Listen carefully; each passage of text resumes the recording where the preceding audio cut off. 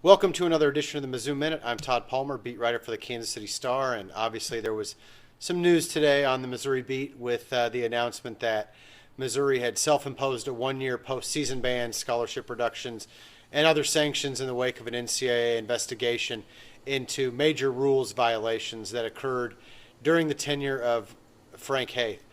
Not good, obviously. I mean, you never want your program to run into these kind of issues. If there is some good news, it's that Kim Anderson and his staff are not, named in any of these violations.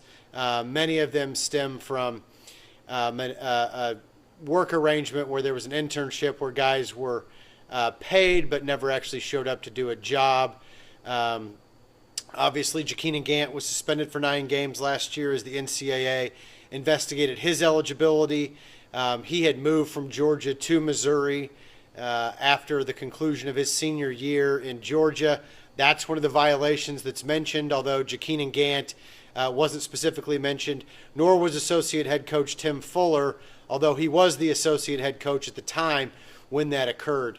In any case, I know there are some people out there who think it's maybe laughable that Missouri banned itself from the postseason in a year where they're 8-8. They just lost by 33 points against Arkansas on Tuesday, and they're likely not going to the postseason anyway.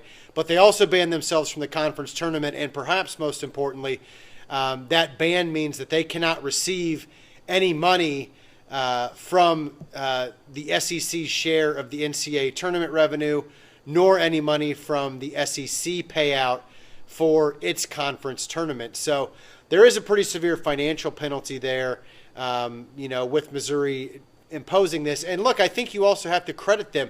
The NCAA investigation probably won't be concluded to this spring. Had Missouri waited to announce this until after the NCAA investigation, most of these sanctions probably would have taken place next year. By getting out in front of it like this, if the NCAA accepts the self-imposed sanctions, it will get a lot of this stuff cleared out of the way, minimize the impact it has on recruiting because Missouri has already signed 3 players for this upcoming class.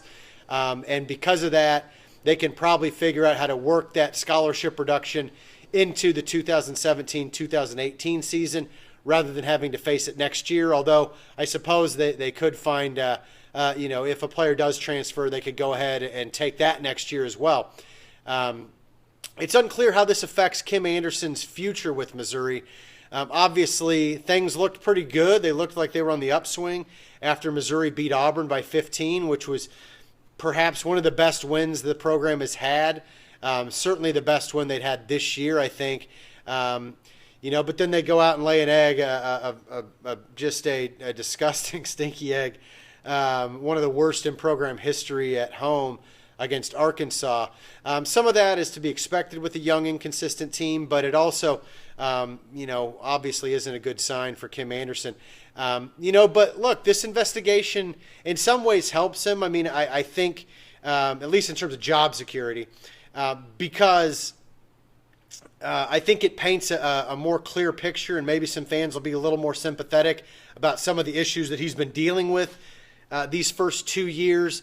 It also, though, puts a cloud over the program that could make it difficult to hire someone if the NCAA investigation drags into April, May, June, something like that, when the availability of quality coaches is pretty scarce. So, from that standpoint, I think it makes it likely that Kim Anderson comes back next year. Although I still think ultimately Mack Rhoades has to make the determination, if given 2 more years, does he think Kim Anderson and his staff can take this program to the level they want to be at? Can they make the NCAA tournament in 2 years if Kim Anderson stays? If the answer is yes, then obviously you stick it out. If the answer is no, then Kim's job could still be in trouble. But at this point, I think we are beginning to get a much more clear picture of the uphill fight he's been going up against. And, so maybe some of the struggles they've had shouldn't come as a surprise. Anyway, keep coming back to kansascity.com and checking us out on Twitter and on Facebook. as we continue to cover this story and everything else to do with Missouri athletics through the various avenues of the Kansas City Star.